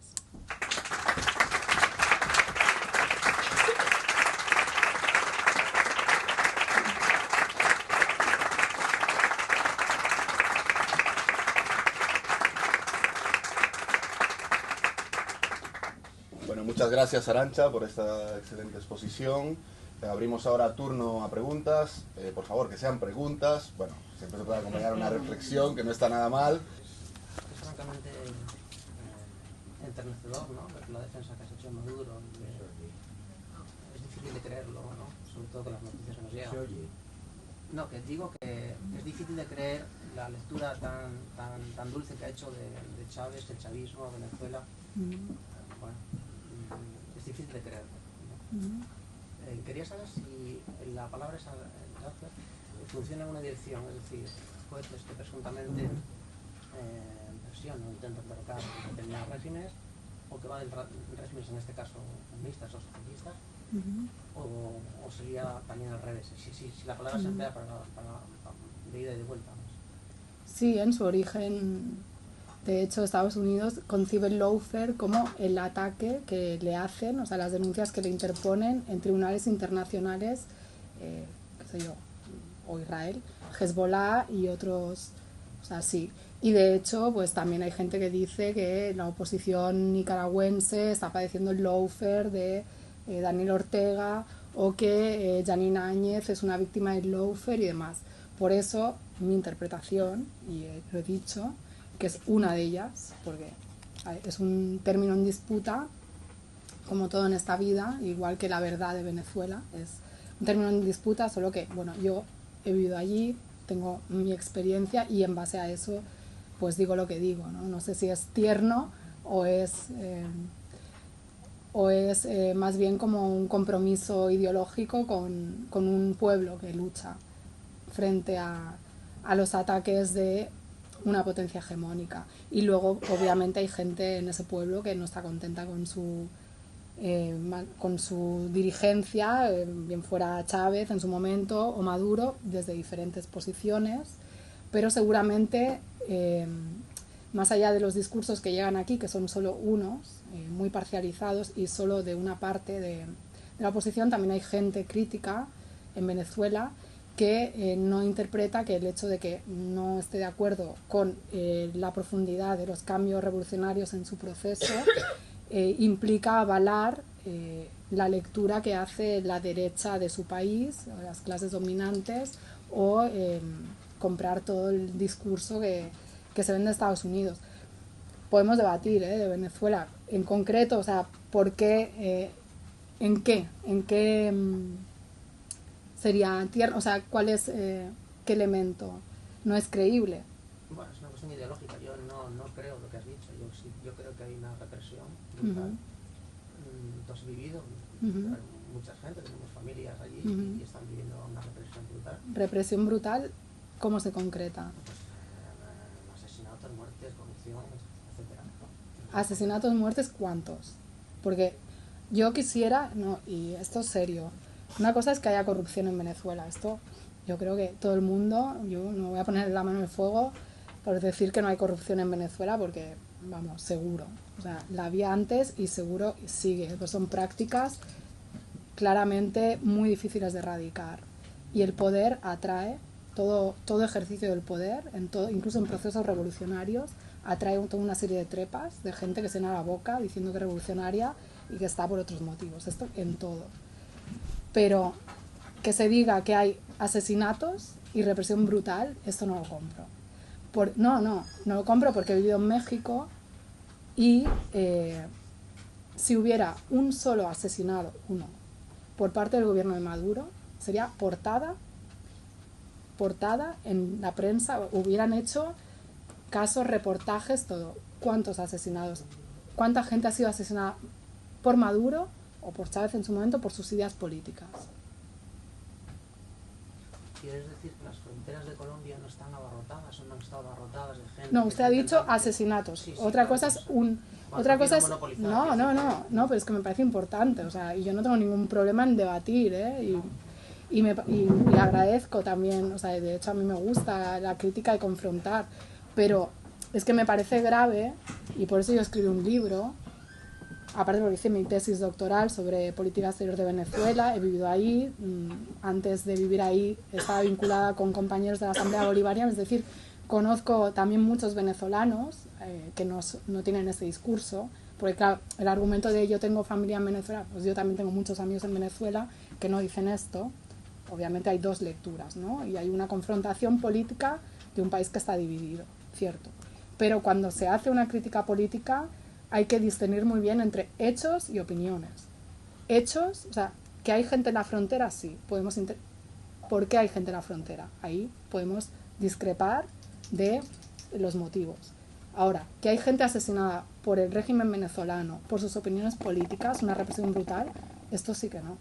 O sea, perdón, esto no es así. Es una cuestión de credibilidad, yo no creo... No, es como datos. Bueno, yo sí creo... Yo no pretendo convencerlo, yo le digo que esto no es así. O sea, porque si hubiera eso, yo no defendería a ningún país que mata a personas por sus ideas políticas. Pero yo me conozco y sé quién soy. Otros quizás sí. No sé.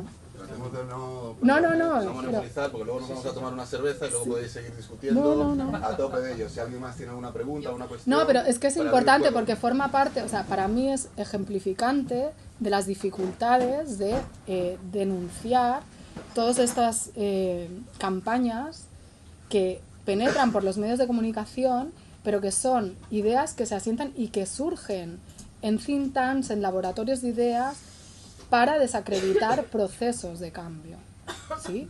Que no son idílicos y que tienen 1000 contradicciones y que mucha gente revolucionaria en Venezuela tiene 1000 críticas. Pero no se puede afirmar como que Venezuela están reprimiendo y están matando gente, porque eso no es así. Y porque además yo he vivido 11 años en México, en un país donde gente por sus ideas políticas ha sido asesinada y es asesinada incluso con un gobierno de izquierdas, pero no por el gobierno. Antes sí. Gente incluso que han tirado de helicópteros. Gente que el ejército mexicano, como los chicos de Ayotzinapa, ha desaparecido, ha quemado, o sea, ha matado, ha quemado, y no solo eso, se ha permitido coger uno de los cuerpos, hacerle incisión así, arrancarle la carne viva, soltarlo ahí, y yo no he visto ninguna campaña semejante contra el gobierno ni contra el señor Enrique Peña Nieto, que habría muchos motivos, y aquí tengo un amigo que ha vivido en México, para hacer en la prensa internacional. Y eso tiene una lógica de Estado detrás. Entonces, es una cuestión de credibilidad. No, bueno, pero la credibilidad de la gente se gana aportando datos. Claro. O sea, yo puedo tener la mayor antipatía por fulanito o menganito, pero lo que no puedo hacer es inventarme cosas. Y este ha sido el problema de la oposición venezolana, porque si hubiera hecho críticas razonables, quizás hubiera ganado más adeptos incluso en su propio país y hubiera ganado más elecciones. Y entonces llevan más de una década repitiendo que no hay elecciones limpias, pero han ganado elecciones en estados, gobiernan en municipalidades, no han ganado la presidencia, bueno, que analicen por qué. O sea, que dejen de repetir esto de dictadura. O sea, en la dictadura venezolana, gente chavista que yo conozco ha sido perseguida en su trabajo. ¿Sí? Porque en la dictadura venezolana hay gente que trabaja en las embajadas que es antichavista y que se dedica a boicotear las directrices del Ministerio de Asuntos Exteriores. Bueno.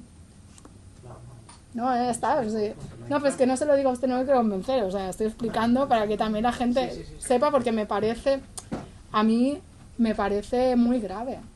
Me parece, o sea, sumamente grave. Otra cosa es que a uno no le guste Maduro, el gobierno, que le parezca cuestionable, qué sé yo, declaraciones, prácticas, manera de relacionarse con la oposición, su relación con el Partido Comunista, yo qué sé. Pero decir que en Venezuela hay una represión brutal y que se está matando a gente por sus ideas políticas, eso me parece un ejercicio de deshonestidad intelectual. Y que además juega con el chantaje de apelar a los buenos sentimientos de la gente, que obviamente empatiza con el sufrimiento de otros. Y es no entender lo que ha pasado en Venezuela cuando hablamos de toda la gente que ha salido de Venezuela. Obviamente, cuando se destroza un país, y no solo por una mala gestión económica, que seguramente habrán tenido, pero un país que es eminentemente inflacionista por una estructura dependiente del petróleo, y eso está estudiado en economía, los economistas lo saben mejor, al que se boicotea de manera absoluta, al que se le roba las instancias internacionales, que se crea un gobierno paralelo, que ahora yo me levanto y digo que soy presidenta, que se avala, que, de repente, ¿quién es Guaidó, no? Ya podemos ir a hacer negocios, o sea, por favor. Cuando se hace todo esto para vendernos, cuando además hay antecedentes históricos en América Latina de estos modus operandi, yo creo que, bueno, yo por eso escribo, o sea, pero no escribo para lavarle la cara a Maduro porque soy una ingenua, una europea que, ay, qué bonita la revolución en América Latina, pero yo vivo en Europa y como jamón serrano, como dicen algunos, y Maduro me paga, sí, claro. Porque como persona que viene de una familia republicana que ha vivido lo que es una dictadura aquí, que ha estado en un campo de concentración, que ha sido perseguida por sus ideas políticas, me causa risa, por no decir otra cosa, que haya gente en Venezuela que diga que los persiguen por sus ideas políticas. Porque yo he vivido en Venezuela y yo como chavista, yo como chavista me he tenido que no solo vestir de otro color, porque yo no podía salir a la calle de color rojo, en el barrio donde yo vivía, que era un barrio opositor. Claro, usted puede preguntar la otra versión y contarán su historia, pero por esta otra historia no nos llega. Luego la gente que saque sus conclusiones. Pero esa gente chavista de los barrios, pobre, que gracias a ese gobierno ha tenido una mejora en sus condiciones de vida... No lo creo. Bueno, yo, si quiere, le mando mi tesis doctoral con datos internacionales. No lo digo yo, ¿eh? Ahora está peor. Pues hubo una mejora de la pobreza, ahora otra vez cayó. Y obviamente la situación en Venezuela es crítica, dramática y tienen un montón de problemas. Pero no entender, analizarlo como una cosa de unilateralmente una culpabilidad a la que además, eso bueno, vale, pero añadirle esto me parece gravísimo. Pero bueno, también el lawfare es eso, porque a Maduro se le ha intentado llevar a los tribunales internacionales para juzgarlo por crímenes de lesa humanidad, ¿no? Bueno, ya está. Solo hay que ver quién denuncia, cuáles son sus argumentos, qué aporta y ya está. Y la historia pondrá a cada cual en su sitio. Sí, bueno, yo volviendo al lawfare, como ha sido una estrategia tan sistemática durante las últimas décadas y que por supuesto ha podido tener visibilidad, o sea, que si lo ves en conjunto en el continente eres consciente de que sí ha pasado.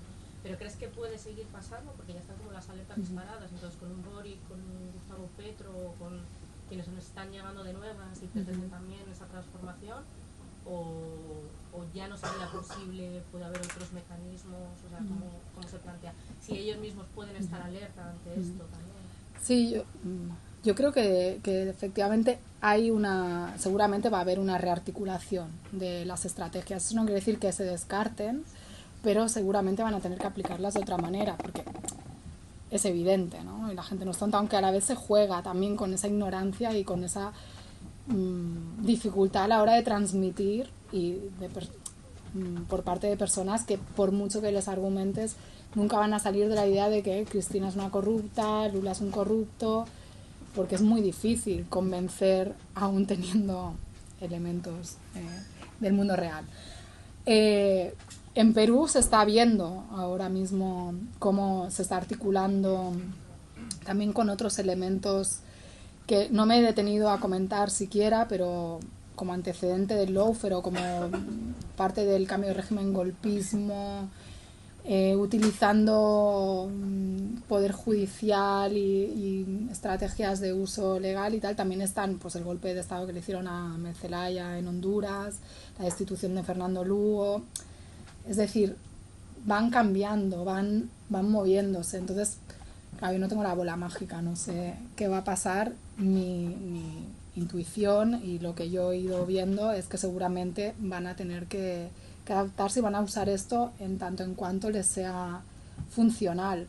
En Perú pues están con eso, ¿no? Con un congreso que está en un activismo también y tratando de hasta donde entiendo, de encausar al presidente pues por persona que no tiene pues la capacidad, ¿no? Para gobernar, y no es descartable que lo usen, pero si sirven otras cosas, usarán otras cosas. Y todo eso va a depender también de la correlación de fuerzas interna, de que tanto haya movilización y conciencia por parte de las poblaciones de que eso es un lawfare, o se queden con la idea de que, bueno, en realidad pues ahora mismo están juzgando a Cristina porque tiene mucho que tapar y demás, ¿no?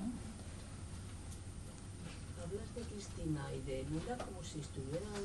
Yo tengo una percepción totalmente distinta de esos dos presidentes. O sea, de Lula lo tengo clarísimo, que han ido a por él y todo eso, pero de Cristina Fernández a lo mejor estoy subyugada por las informaciones, pero tengo otra percepción de Cristina Fernández, como que ella y su marido se han...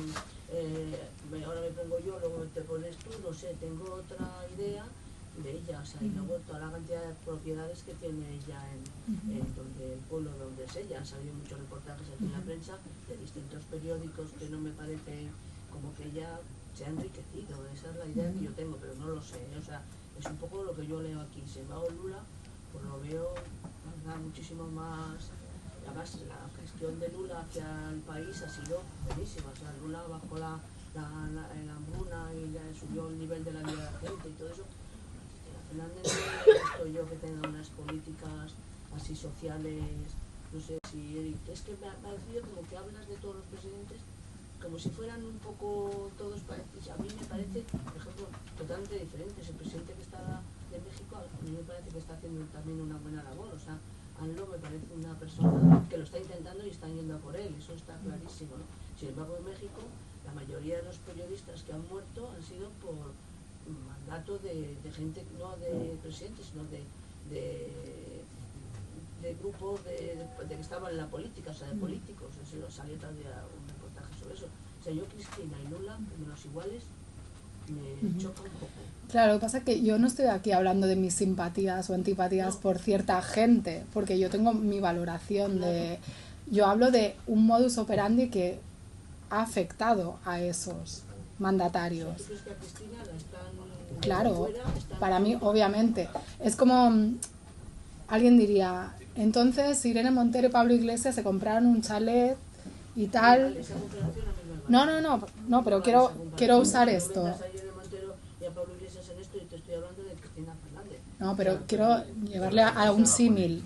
Quiero llevarle un símil. O sea, yo puedo tener mi valoración. No, quiero ir al elemento de...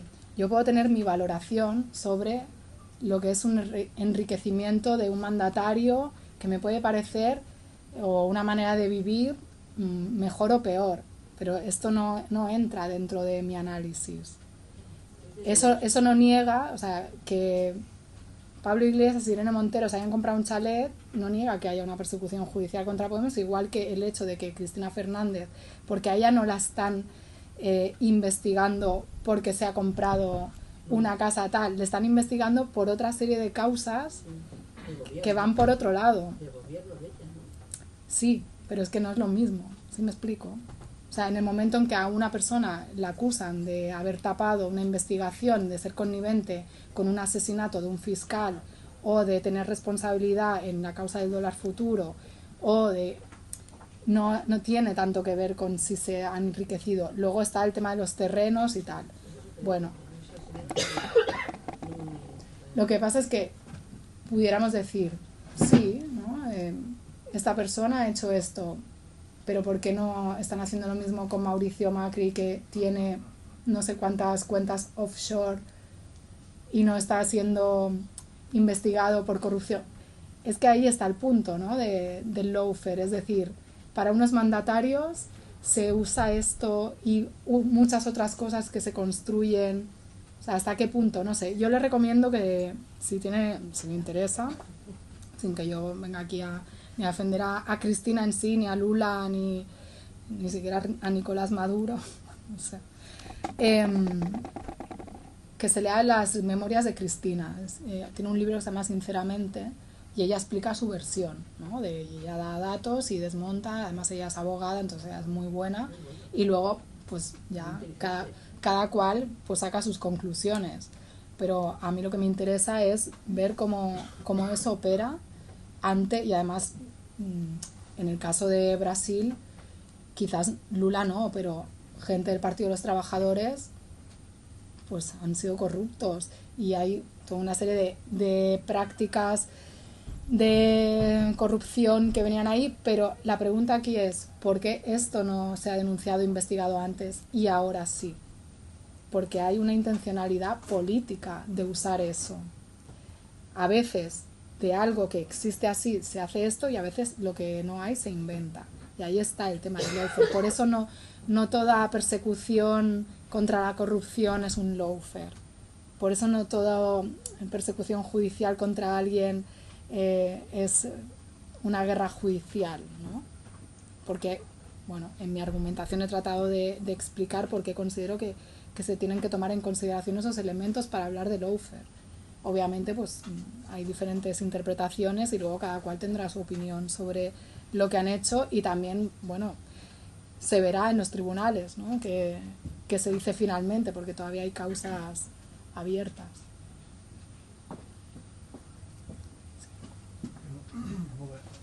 Primero lo de Cristina, cuando entró en el gobierno el marido, le quedaron 3 millones de dólares.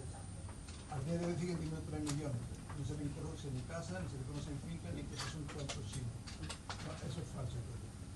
Le han entrado otra vez en su casa, la policía, le han destruido la casa 3 veces, le han buscado la casa que viene del sur, no encuentro nada, todo es falso.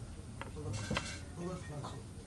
Es decir, eso son mentiras que se montan sobre una dirigente progresista de izquierda. Pero si tú miras, por ejemplo, que hay 6 presidentes de Cristina que estaban teniendo cáncer, también un poco sospechoso. Y que Chávez murió de cáncer, que nunca tuvo cáncer a punto de morir. Eso también es un ataque contra es la década ganada que se dice en ello, ¿no? Pero hay un problema, que es que es una década ganada, pero al Estado, a los Estados no se le ha quitado nada. Es decir, el Estado sigue siendo el mismo Estado corrupto de antes, pero de ganar ellos. Ese es el problema. Cuando tú coges, y, por ejemplo, el del Ecuador, pone legitima a un tío para que entre en ese sitio, ¿no? Cuando se le avisó desde la izquierda que era un tío de la CIA. Y la prepotencia le hizo que lo puso, mira lo que pasó. Quiero decir, cuando no se ataca a los estados, cuando no se ataca la columna vertebral, eso me parece que son como cosas como de nada, que no lleva a nada. Si todo el progreso con los Kirchner, los 12 años, fue tremendo. La nacionalización del YPF. Traer científicos del extranjero, que estaban de inmigrantes. En 4 años, Macri lo destruyó todo. Y dio 60.000 millones y no entró ni un dólar en el país. Y ese dinero hay que pagarlo ahora, sin haber entrado en el país. Esto es terrible lo que ha pasado. O por ejemplo, y eso ya acabó. ¿Por qué Mujica es un santo en Europa? Cuando él estaba en el poder en Uruguay, la embajada más grande que había de Estados Unidos en toda América era en Uruguay. Cuando la embajadora era íntima con él, ¿por qué puso a un tipo como Almagro al frente de la OEA, ¿no? Y es un santo en Europa. Como tú ves que la concentración de tierra más grande que hubo en Uruguay fue porque ha vendido las tierras públicas a multinacionales.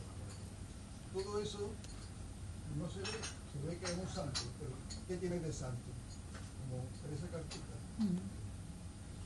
Quiere decir que las mentiras es que es muy difícil combatirlas. Cuando tú sí ha hecho grandes avances, sí, pero eso le ha tocado lo que es la esencia del poder.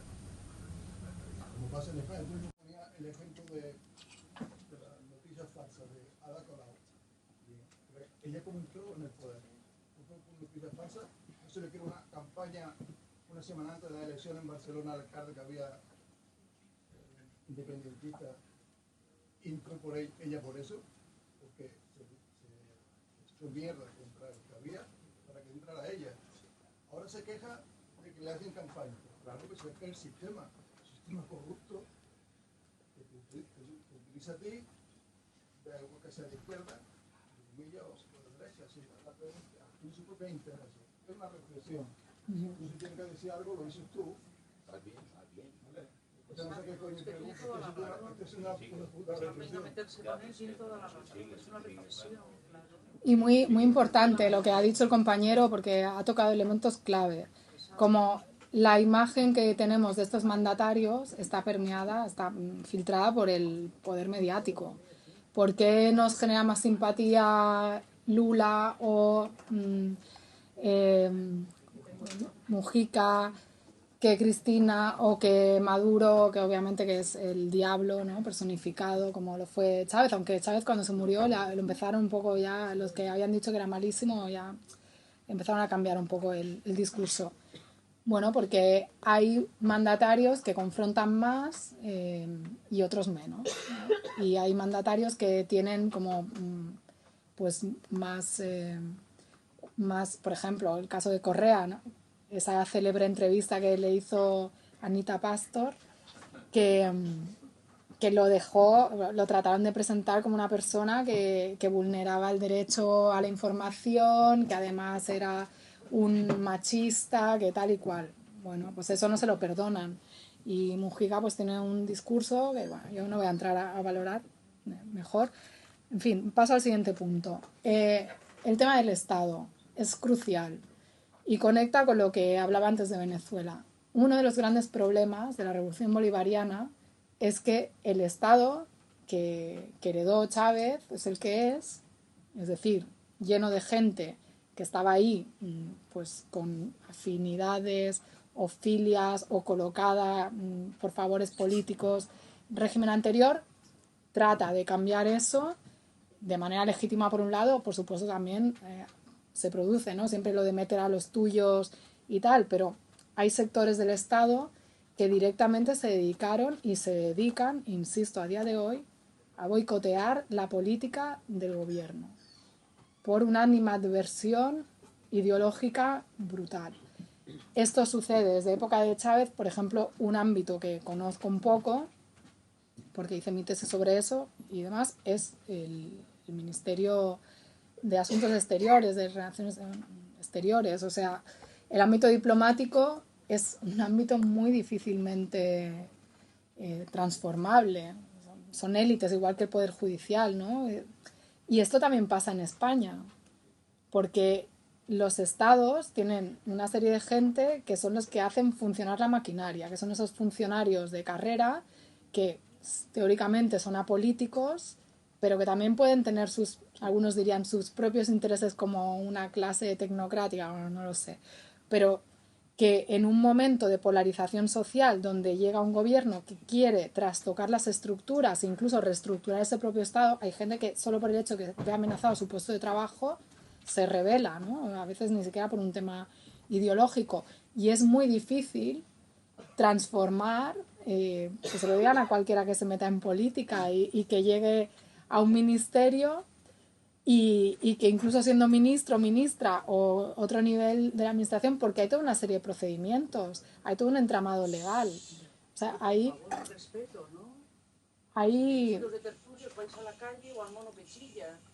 no se enfaden. Estamos acabando. Yo no me entero, desde aquí estoy un poco sorda, así que da igual. Pues eso, que sí, que es algo clave, pero también sí tiene que existir esa pluralidad en el Estado, es decir, que llegue alguien y cambie a todos los funcionarios del Estado, pues tampoco, ¿no? Porque hay diferentes niveles, pero en procesos de transformación tan brutales o tan radicales, como sobre todo ha sido el caso venezolano, ahí ha sido muy evidente. Y también esto habla del nivel de profundidad de los cambios que se pretendieron hacer y que no siempre se pudieron llevar a cabo, ¿no? De hecho, por eso Chávez crea las misiones, que son organismos paralelos para desplegar su política social, porque en los ministerios lo que se encontraba era o indolencia, que es otra manera de no hacer nada y boicotear, o una oposición activa a esas políticas. Entonces crea las misiones que le acusan de populista, esto y lo otro, pero bueno, para poder, y además usar el ejército también para desplegar esas políticas sociales, porque pues era un cuerpo que pues lógicamente tenía que obedecer el mandato de del presidente, ¿no? Por sus propias características idiosincrasia. En fin, muy complicado, es muy complicado de vivirlo y de explicarlo también, porque a veces hasta que uno no lo ve, pues obviamente no lo va a creer, ¿no? O sea, y no siempre la vida le da a uno la posibilidad de, a ver, yo he trabajado en la administración en diferentes países y un poco he visto lo que es la administración por dentro y bueno, y otras personas que lo hayan visto pues se darán cuenta o lo podrán ratificar. Luego lo demás es ya la credibilidad que pueda tener cada cual, ¿no? Bueno, yo creo que podemos Como quieras, continuar yo... la charla ya con unas cervezas en la mano, poner un poco de musiquita. Muchísimas gracias, Arantxa. A vosotros. Recuerdo que están los compañeros de la Vorágine. Gracias.